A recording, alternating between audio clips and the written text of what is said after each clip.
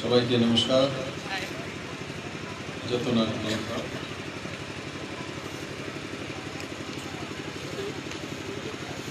সমস্ত জোয়ার এখানে আছে যুব মোর্চার কার্যক্রম। তো একবার জোশিলে স্লোগান হোক, তারপরে কার্যক্রম শুরু করব, আমার বিষয় বলবো। তো একবার সবাই উপরে হাত তোলা, মুষ্টিবন্ধ। भारत माता की भारत माता की भारत माता की नरेंद्र भाई मोदी की नरेंद्र भाई मोदी की जेपी नड्डा की जेपी नड्डा की যুব মোর্চা की যুব মোর্চা की সবাইকে অনেক অনেক ধন্যবাদ।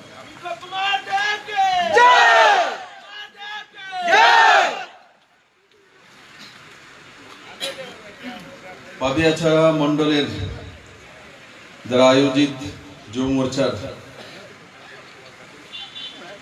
আজকের এই কার্যক্রম, এই সুন্দর কার্যক্রমে উপস্থিত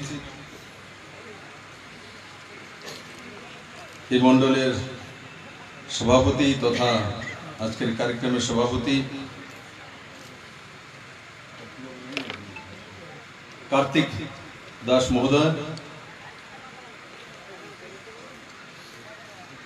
त्रिपुरा सरकार माननीय मंत्री रणजीत सिंह राय महोदय,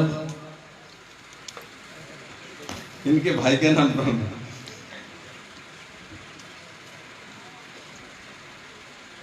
धर्मनगर लोकप्रिय विधायक एवं त्रिपुरा विधानसभा उपाध्यक्ष श्री विश्वबंधु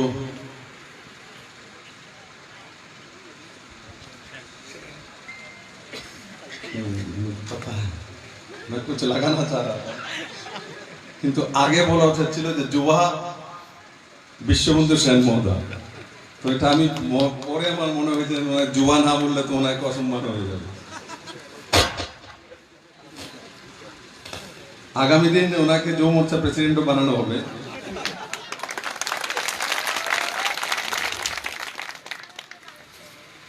এই পাবিয়াছড়া অঞ্চলের যশস্বী এবং তরুণ বিধায়ক এবং জেলা সভাপতি, এক সময়কার এই অঞ্চলে সবাই আমরা দেখেছি ওনাকে বিস্তারক হিসাবে কাজ করেছেন সুসংগঠক भगवान दास महोदय, मंचे उपस्थित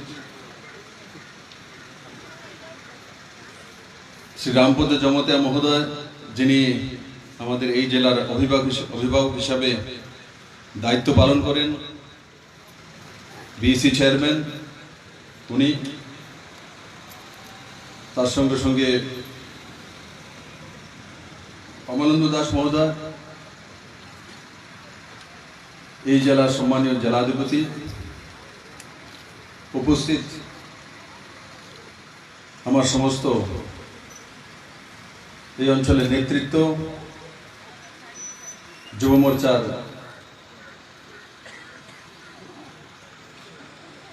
সমস্ত পদাধিকারী ও বড় মাত্রায় উপস্থিত যুব মোর্চার যশস্বী এবং তেজস্বী কার্যকর্তা ভাই और বোনেরা, বন্ধুরা আমরা সবাই এখানে কার্যকর্তা।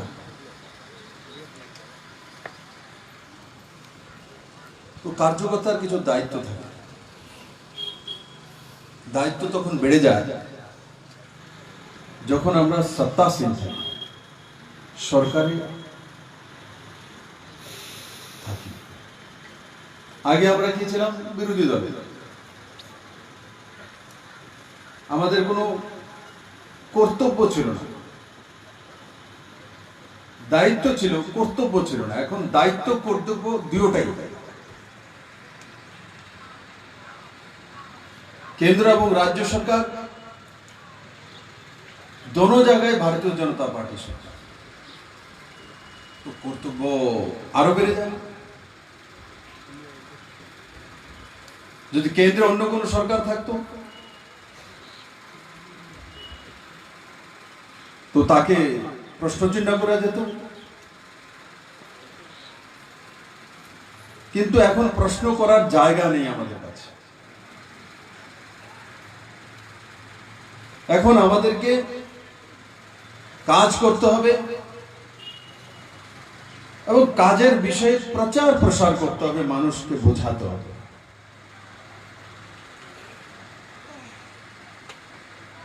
আর তা না হলে কি হবে?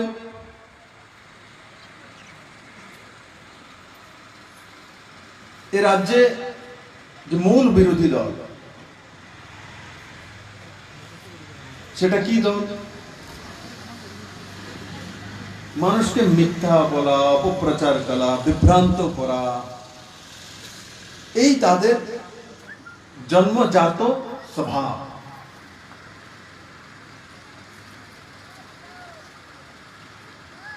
আমরা যারা বুঝে নিয়েছি তো আমরা ভারতীয় জনতা পার্টিতে চলে এসেছি।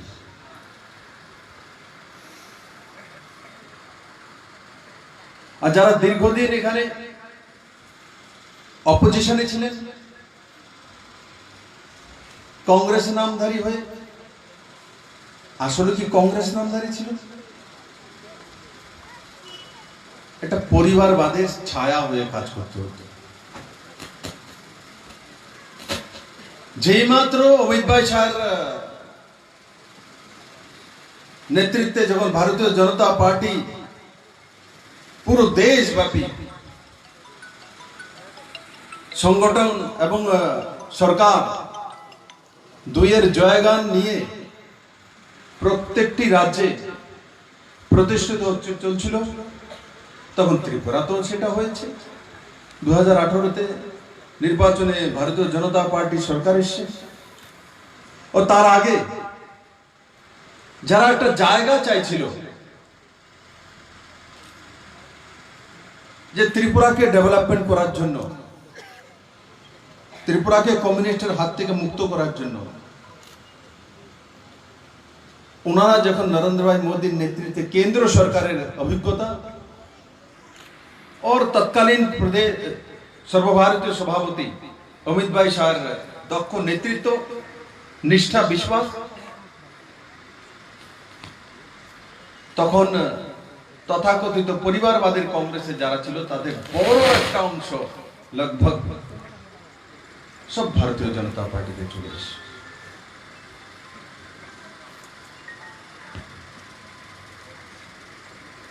আজকে ভারতীয় জনতা পার্টি ত্রিপুরা রাজ্যের সবচেয়ে বড় পার্টি। সে বিধায়কের সংখ্যা হোক, পঞ্চায়েত সমিতির সংখ্যা হোক, জেলা পঞ্চায়েতের সংখ্যা হোক, बीएससी चेयरमैन हो और देशेर सबचेয়ে बड़ पंचायत लोकसभा सदस्य और लोकसभा सदस्य हो, सबगुलोर मध्य भारतीय जनता पार्टी एकाधिपत्य। दुईटी लोकसभा सीट दुईटाई भारतीय जनता पार्टिर काछे, 60टी विधानसभा सीट 31-এ একক সংখ্যাগরিষ্ঠ হয়ে বিজেপির কাছে একাই 36 আছে। আমাদের সহযোগী আইপিএফ থেকে নিলে 44 হয়ে যাবে। আমাদের 8 জন জেলাধিপতি ভারতীয় জনতা পার্টি, সবগুলো পঞ্চায়েত সমিতি চেয়ারম্যান, ভাইস চেয়ারম্যান ভারতীয় জনতা পার্টি, 11টি পঞ্চায়েত ছাড়লে সমস্ত পঞ্চায়েত প্রধান উপপ্রধান ভারতীয় জনতা পার্টি, বিএসসি চেয়ারম্যান যতগুলো আছে সব ভারতীয় জনতা পার্টি আর আইপিএফটি। ও ত্রিপুরা রাজ্যে সবচেয়ে বড় পার্টি। মেম্বারশিপের যদি দেখি, আমরা মেম্বারশিপ ড্রাইভ দিয়েছিলাম, যেখানে একসময় ত্রিপুরাতে 10,000 মেম্বারশিপ করা কঠিন ছিল, সেখানে আমাদের লক্ষ্য ছিল 5 লাখ মেম্বার করব। কত মেম্বার হয়েছে? 7 লাখ। 5 লাখের তো আমরা টার্গেট নিয়েছি, 7 লাখ মেম্বার হয়ে গেছে। তো আজকে এমন সময় আমরা ভারতীয় জনতা পার্টি বা যুব মোর্চার কার্যকর্তা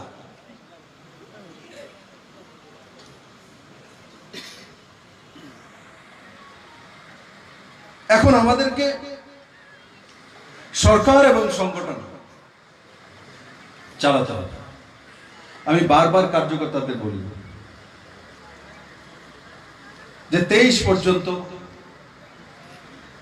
আমরা কষ্ট করব। হয়তো আমার ঘরে চাকরি নাও আসতে পারে,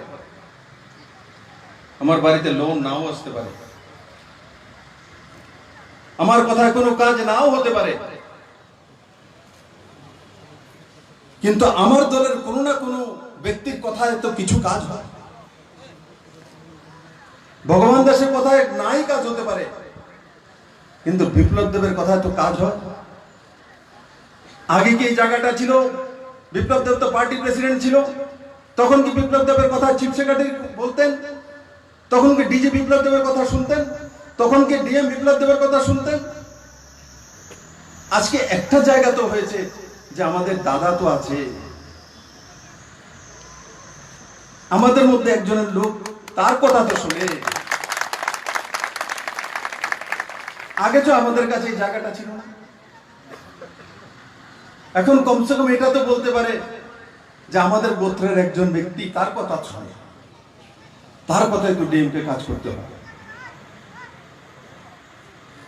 তার কথাই তো সরকার চলে, তার ক্যাবিনেটের সিদ্ধান্তই তো লাগু হয়।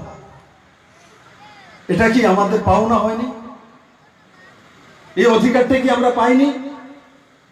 কিন্তু আমাদের মধ্যে মাঝে মাঝে এমন হয় যে অধিকারটা ব্যক্তিগত চেয়ে বসে থাকে, যে ওনার মতো আমারও যাতে অধিকার হয়। বাস্তবে কি সম্ভব? তাহলে তো 7 লক্ষ মেম্বার 7 লক্ষ মুখ্যমন্ত্রী বানাতে হবে। হাসে এদিকে বিশ্ববন্ধু জমর তার আগামী প্রেসিডেন্ট আছে। আসলে কি সম্ভব? যখন আমরা এমন ভাবে চিন্তা করব যে এখানে ভগবান দাস বিধায়ক, একজনে তো বিধায়ক আমরা জয়ী করব, দুইজন তো হবেন এখানে। এখন যদি সরকারের যারা অফিসার রয়েছেন বা অধিকারী রয়েছেন, এনারা যদি ভগবান দাসের কথা শুনে, তো বলে দাদার কথা শুনে আমার কথা শুনে, কি বিপদ। যখন শুনিন না আসিল না তখনও বিপদ, শুনে তব বিপদ, হ্যাঁ না? কিন্তু এক জায়গা তো তসল্লি হতে পারে, বলে কমসে কম আগে ভগবান দাস তো এখানেই ছিল, এখানেই তো পার্টির জেনারেল সেক্রেটারি হিসেবে কাজ করত, এখানেই তো বিস্তারিত হিসেবে কাজ করত। ভগবান দাসের কথা কনস্টেবল শুনতো কি, ফরেস্ট গার্ড শুনতো কি? আজকে তো গর্ব হওয়া উচিত ভগবান দাসের কথা শুনে। এই কথা তো বলেন আপনারা, দুঃখ হয় যে আমার কথা কেড়ে শুনে না। তো সবার ভগবান দাস আর সবাই এমএলএ করতে হবে, সবাই এমএলএ হতে পারবো না এখন, সবটি পারতাম। প্রত্যেকটা বিষয়কে এইভাবে দেখতে হয়। অধিকার আসবে। যখন আমিও কোনোদিন কল্পনা করিনি যে আমি প্রদেশ অধ্যক্ষ হবো, সিএম হয়ে যাব, কাজ করব, হয়েছে তো। কিন্তু যদি আমার মধ্যে নিরাশা চলে আসতো, ইলেকশন আগে যদি এখানে পাপিয়া চড়াতে ভাষণ দেওয়ার সময় বলতাম, আরে জানি না পারুম কিনা, আনিতাম পারুম কিনা, আইতাম বললাম আমার কার্যকর্তার দাদাই আইতে পারবো নি, আমরা বড় হয়ে যাই। কিন্তু যখন এই কুমারঘাটের ময়দান থেকে তৎকালীন প্রেসিডেন্ট বিপ্লব দেব যখন বলে সরকার আসবে তো ভারতীয় জনতা পার্টি নিরন্তর সংখ্যাগরিষ্ঠ সরকার, তখন গিয়ে সরকার এসেছে। যখন তৎকালীন সভাপতি অমিত ভাই শাহ এই কুমারঘাটের ময়দানে বলে যে বাম फ्रंट के सरकार उखाड़ के फेंक दूंगा, तब गए सरकार। তার আগে আসে, তার আগে কোনো ন্যাশনাল প্রেসিডেন্ট কংগ্রেসের হোক অন্য কোনো পার্টির কোনোদিন বলেছে কুমারঘাটে এসে উখাড় কে ফেক दूंगा সরকার? শুনেছে কেউ?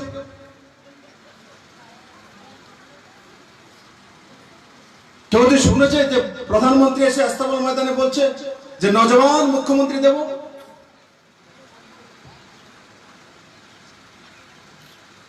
ঘর হয়েছে, বড় ঘরের মধ্যে ডিফারেন্সেস হতেই পারে, তাই বলে গার্জিয়ান থোড়ি চেঞ্জ করে দেব।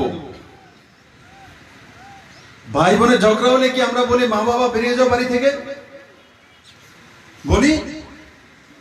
আমিও তো আমার 3 বোন আছে,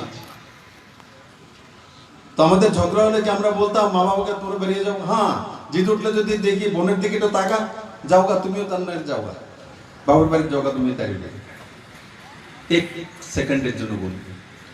কিন্তু পরক্ষণে যখন মাকে বলি তুমি যাও গা না বোনের হলে বাপের বাড়ি, কদ্দুর করে যখন শাড়িটা গুছা কান্দা সে আসলো ধরি, মা চাইও না, ভাত রেঁধে কে খাওয়াইব, আমার সকালে ঘুম থেকে কে তুলবে, আমাকে স্কুলে না গেলে আমাকে কে ডাকবে?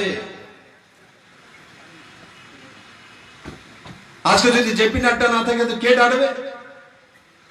মানিক সাহাকে? আজকে নরেন্দ্র ভাই মোদী যদি প্রধানমন্ত্রী না থাকে তো বিপ্লব দেবকে আদর আর তার সঙ্গে সঙ্গে ডাঁট কে দেবে? अरे भाई, डांटने वाला असली गार्जियन होता है। কোনো ব্যক্তি যদি আপনাকে ডাঁটে, শাসন করে, তো মনে রাখবেন যে ওই ব্যক্তি আপনাকে ভালোবাসে বা পছন্দ করে, আপনার উন্নয়ন চায়। আর যদি আপনি যা করেন তাই তো ভালো করছো, মানুষের মাথা বেরিয়েছো, ভালো করছো, কাউর তো চুরি করে লিয়েছো, ভালো করছো, ডাকাতি করছো, ভালো করছো, এমনিতে স্বাভাবিকভাবে মনে হয় দাদা বাঁচাইতেছে, ডাকাতি করছি, থানাতে ছুটে লিয়েছে, চুরি করছি, লুকায় রাখছে। আসলে যখন সময় আসবে তখন বুঝবেন দাদা আপনার বিনাশ করেছে। ভারতীয় জনতা পার্টি ডিসিপ্লিন পার্টি, তার মধ্যে হয়তো বা মাঝে মধ্যে শাসন হয়, তার মধ্যে ভালোবেসেও কথা বলে, অনেক সময় তিরস্কারও করে, কিন্তু তিরস্কারই ভারতীয় জনতা পার্টির শেষ শব্দ নয়। সবকা সাথ সবকা বিকাশ আর সবকা সাথ সবকা বিশ্বাস, এটা হচ্ছে ভারতীয় জনতা পার্টির শেষ শব্দ। অন্তিম ব্যক্তি পর্যন্ত পৌঁছে যাওয়া, অন্তিম ব্যক্তিকে অধিকার দেওয়া, এটা হচ্ছে অন্তদ্বয় দীনদয়াল উপাধ্যায়ের একাত্মবাদ মানববাদের মূল তথ্য। আমরা সত্তাতে চলে এসেছি, অনেক সময় এগুলো ভুলে যাই। কোথায় চলে যাই? ট্রান্সফার, চাকরি, কন্ট্রাক্টারি, থানা, পুলিশ, ডিএম, এসপি, এগুলো ছাড়াও তো আমরা পার্টি করেছি, এগুলো ছাড়াও তো 36টা সিট নিয়ে এসেছি। এগুলো কি ছিল আমাদের কাছে আগে? আমাদের কেউ মুখ দিয়ে এসপি, ডিএম, বিডিও এই শব্দগুলো আসতো আগে? কেন আসবে না? কারণ কি আমরা জানি যে এদের নাম নিয়ে লাভ নাই, এরা আমাদের কথা শুনবে না। হয়তো বা কোনো সময় ডেপুটেশন দেওয়ার সময় এসডিএম অফিসে গিয়েছি বা ডিএম অফিসের সামনে দাঁড়িয়েছি, ডেপুটেশনের কাগজটা পর্যন্ত নেয়নি, সেটাও আমি নিজে সাক্ষী। ছোট ছোট কার্যকর্তা ছেড়ে দিন, আমি তো প্রদেশ সভাপতি ছিলাম, ডেপুটেশন দেব তো জীবনও বামফ্রন্টের কোন মন্ত্রীর হাতে ডেপুটেশন তুলে দিতে পারেনি, সময় দেয়নি। এদিনও তো আমি দেখেছি। আর আজকে ডেপুটেশন নয়, বিপ্লব দাদা যখন বসে ঠাস করে কাগজটা তুলে দেয়, এটা লোন না দাদা, এটা লোন দাদা। আর এই বিপ্লব দেব যখন প্রেসিডেন্ট ছিল, কোন মন্ত্রীর কাছে একটা কাগজ দিতে পারেনি। আর আজকে যখন যুব মোর্চার সব কারিগর বসে আছে, সবাই না হোক, এর মধ্যে কোনো না কোনো এখানে কার্যকর্তা আছে, আমার হাতে কোনো না কোনো সময় কাগজ তুলে দিয়েছে বাই হ্যান্ড, কিন্তু আমার কাছে সেই সুযোগটা ছিল।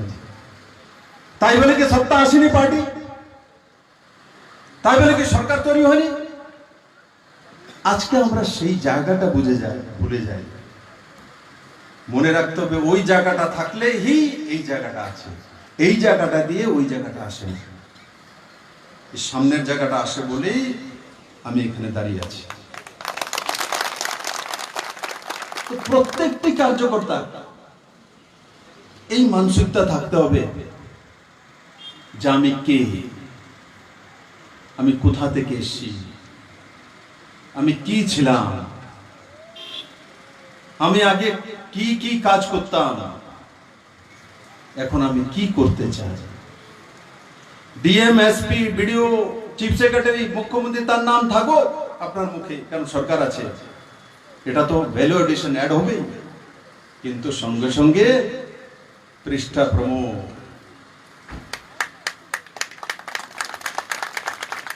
মন্ডল, শক্তি কেন্দ্র, মহিলা মোর্চা, যুব মোর্চা, ওবিসি মোর্চা, মাইনরিটি মোর্চা, কিষান মোর্চা, তারপর বিভিন্ন সেল, তারপর district committee, state committee, central committee, এগুলোকে ভুললে হবে না। এগুলো হচ্ছে আসলি বিজেপি, আসলি সংগঠন। আর এখন যে চেয়ারম্যান পেয়ে গেছে, মনে করছে বিএসসি চেয়ারম্যান হয়ে গেছি, জেলাধিপতি, মন্ত্রী হয়ে গেছি, এমএলএ হয়ে গেছি, এই পদগুলো তখনই থাকবে যখন পৃষ্ঠা প্রমুখ জীবিত থাকবে, না বলে না।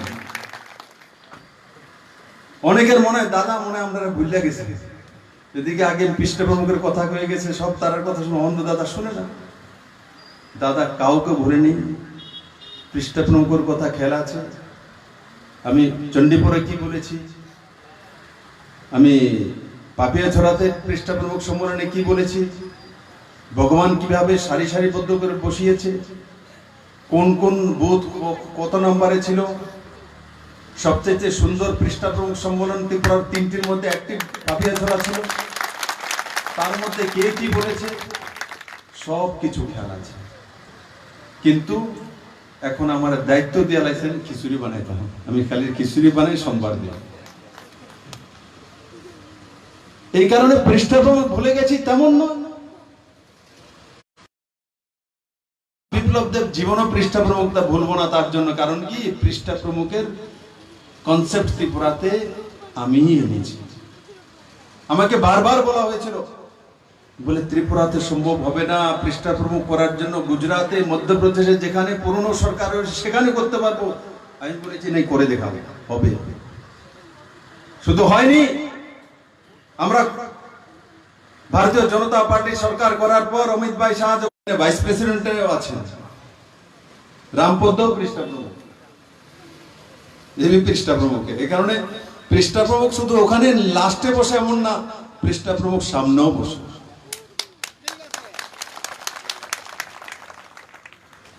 বন্ধুরা, এইবার আমি একটু ইন্টারভিউ নেব, রেডি আছে?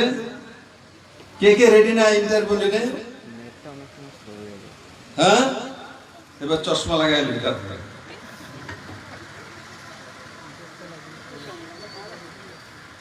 এবার বলো ভাই।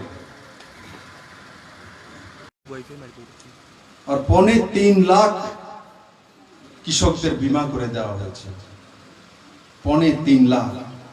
5.5 লাখ আমাদের এখানে কৃষক রয়েছে রেজিস্টার্ড। ফসল বীমা যোজনা না দেওয়া হতো ফ্রিতে না, অথচ এখানের একজন কিষান নেতা ট্রাক্টরে চলতো দিল্লি গেছে। আমি যখন এই ট্রাক্টরটা ভগবানের না চালাও না বলে মাইরে বুঝাইতাম না, জো মোর্চা আছে, জো মোর্চা লাগতো না, কিষান মোর্চায় বেঁধে রাখবো। কারণ এদের